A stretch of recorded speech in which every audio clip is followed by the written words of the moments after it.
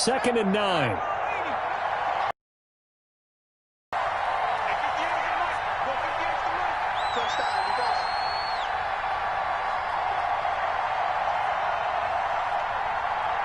Burrow now, a big spot for the Heisman Trophy winner. Flush to his right. He finds his running back, Mixon. 6 yards on the pickup, and it'll be 3rd down. One thing I think that's safe to say defensively, the tackling's been really good. And because of that, it's been very, very hard for them to move the ball because you're not getting the benefits of run after catch. You're tackling them almost on the spot. That means you have to run extra plays, harder to move it.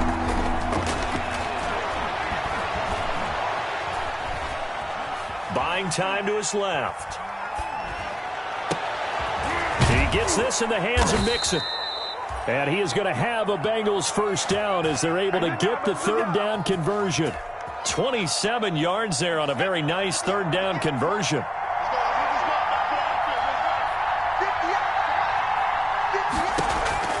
On 1st and 10, Joe Burrow. And he's going to go down. They sack him back right around the 30. Justin Houston making his presence felt there in the backfield. And you hate to say it with a rookie quarterback. He's done some good things, but overall, looked a little bit overwhelmed back there, hasn't he? He certainly has. But in his defense, he hadn't had a lot of time to throw the football. You like the way I said that? In his defense. In his defense. I got it. You see what I did there? Yeah. He needs better protection, that's for sure. 8 yards on the completion, but now they face 3rd down.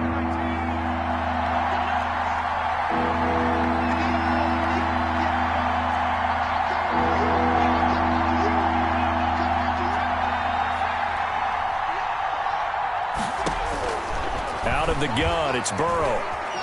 He's going to go up top for the end zone. And the throw there going to be incomplete. We've seen that the deep ball has been a part of their game plan all afternoon, but they've had trouble hooking up on it, unable to successfully find the end zone over the top.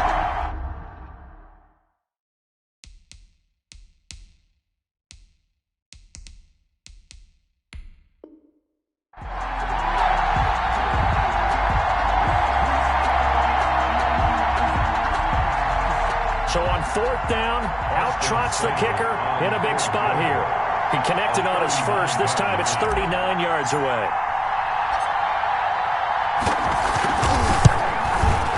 Seibert able to knock this one through. And the lead is down to 1 now at 14-13. So with that field goal, this one's now back within a field goal. Maybe not the ultimate result they wanted, but gets them that much closer. This game is unfolding like a really good book, isn't it? Because I feel like there's a few more plot twists yet to be revealed before this one is over. Let's take over 1st and 10 at their own 25-yard line. The Indy offense at the line and set to go. And in enemy territory last time through the interception. We'll see what they do on this drive. Can't wait to see how it alters what they decide to do in play calling. Do they continue to throw the ball? Do they want to lean more on the running game? It'll be an interesting sequence of plays that they've got coming up. Does it often affect the play calling with the interception? How much does that change what you do? I think it does depending on why the interception was. And look at this. They get the turnover they needed. It's intercepted. Picked up by Jesse Bates. And what a return as he brings this one all the way back to the 25-yard line. By the Bengals. A critical error there in a tight. You talk about is taking care of the football, and especially with a lead here in the 4th quarter, turning it over, now the door is open for the opposition. Just in general, when you're passing in the 4th quarter with a lead, no matter at what point, you got to be super careful. Got to be careful, and sometimes you can be so careful that you end up running yourself into an error. Getting in there to break that one up, Rock Ya-Sin. 25-yard line. An incomplete pass leads to 2nd and 10 from the 25.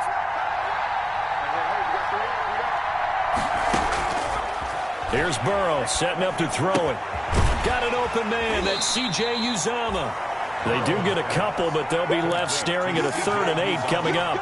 Not a big window to throw. Coverage wasn't too bad there. Yeah, they had him under wraps pretty well, but somehow able to muscle his way open and catch the ball.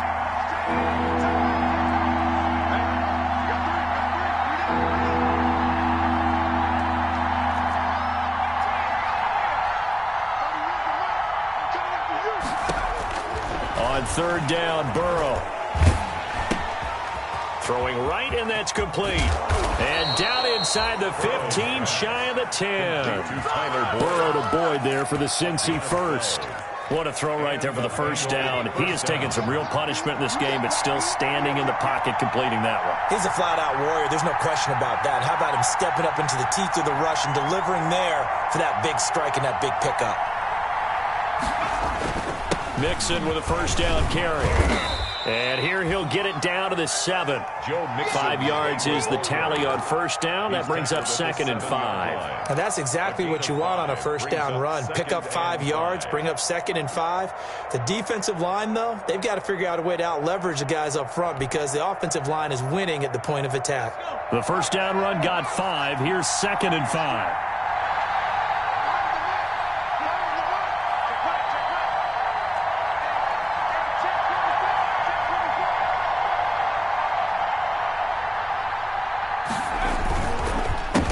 It's Mixon, and this time they were ready for him as they'll stop him right at the line of scrimmage.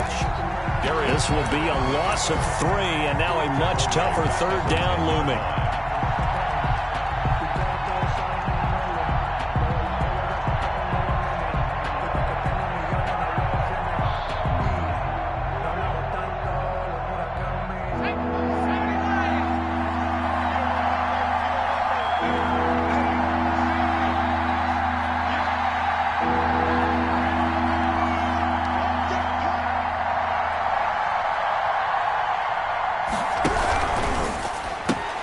Here's a quick throw out left. It's complete. He didn't get the touchdown, but he did get the first down as he's tackled at the 1. Goal, Cincinnati.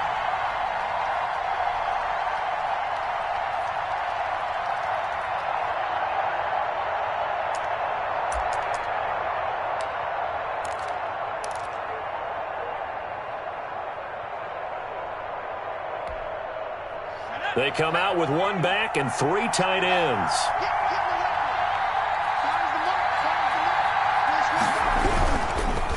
And he's going to be swallowed up and taken down. Sacked back at the 5-yard line. But DeForest Buckner using those big hands and getting in there and bringing him down for the sack. And goal.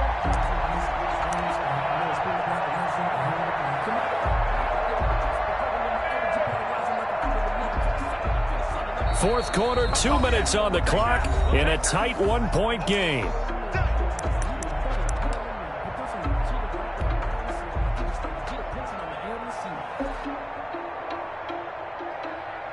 So the Bengals in possession of the football here as we get you reset.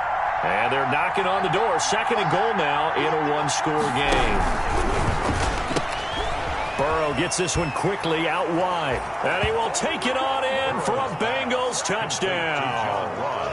John Ross, his 2nd touchdown on the season. And the Bengals have taken the lead.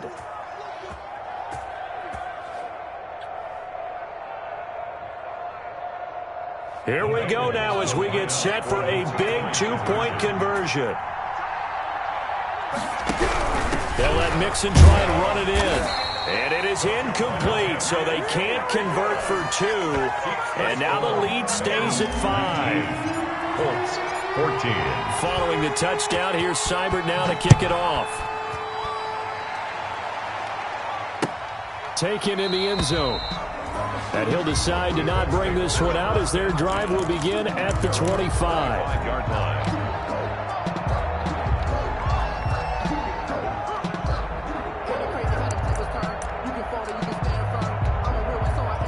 The Colts come to the line ready to start their next drive. They are looking to make a bit of a 180. They are sputtering right now.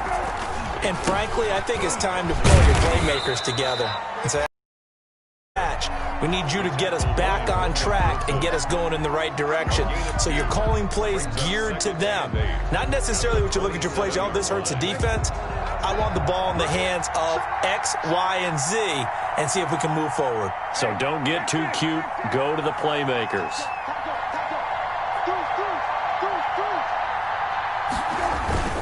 On 2nd down, it's Hines. A pickup of about 3 yards as he's taken down at the 31.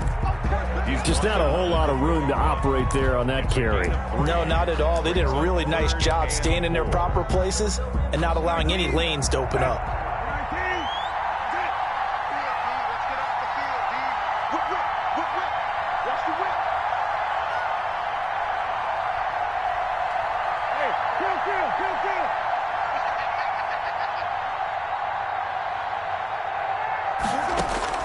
Now Brissett. He's got his tight end, Burton. And he's taken down right at the 45-yard line. That's a third down conversion of 24 yards there. Nice play. First and 10 at the 45-yard line.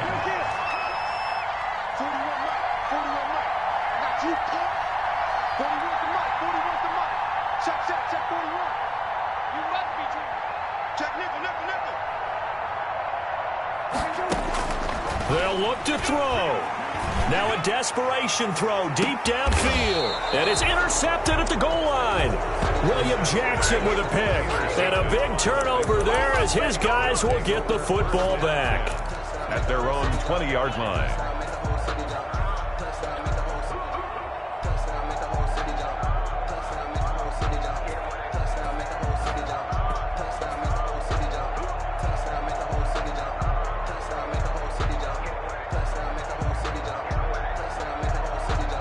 The Bengals drive about to get going. And 3 timeouts remaining here defensively, but really not much reason to use them at this point as this one is all but over. If they use the timeouts here, it's strictly for show. We've got a plane to catch. So now with 6 seconds remaining, we get a timeout on the field. No gain on the play. 2nd and 10 at the 20-yard line.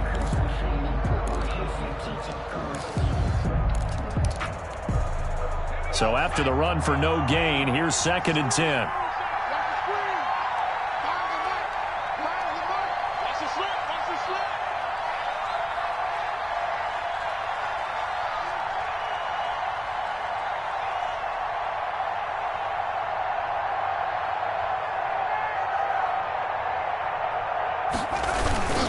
Once again, they run with Mixon.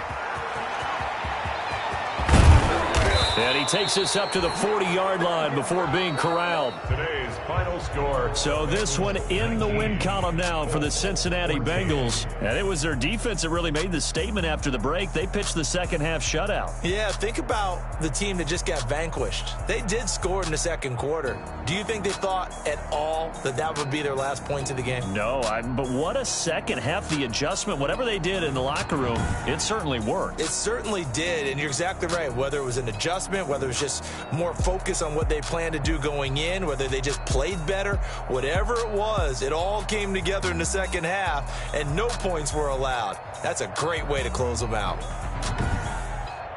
So for Cincinnati, it's a much-needed victory as it gets them back to 2-4 on the year. And they'll return home next week to take on the Cleveland Browns. Meanwhile, for the Colts, they can't quite seem to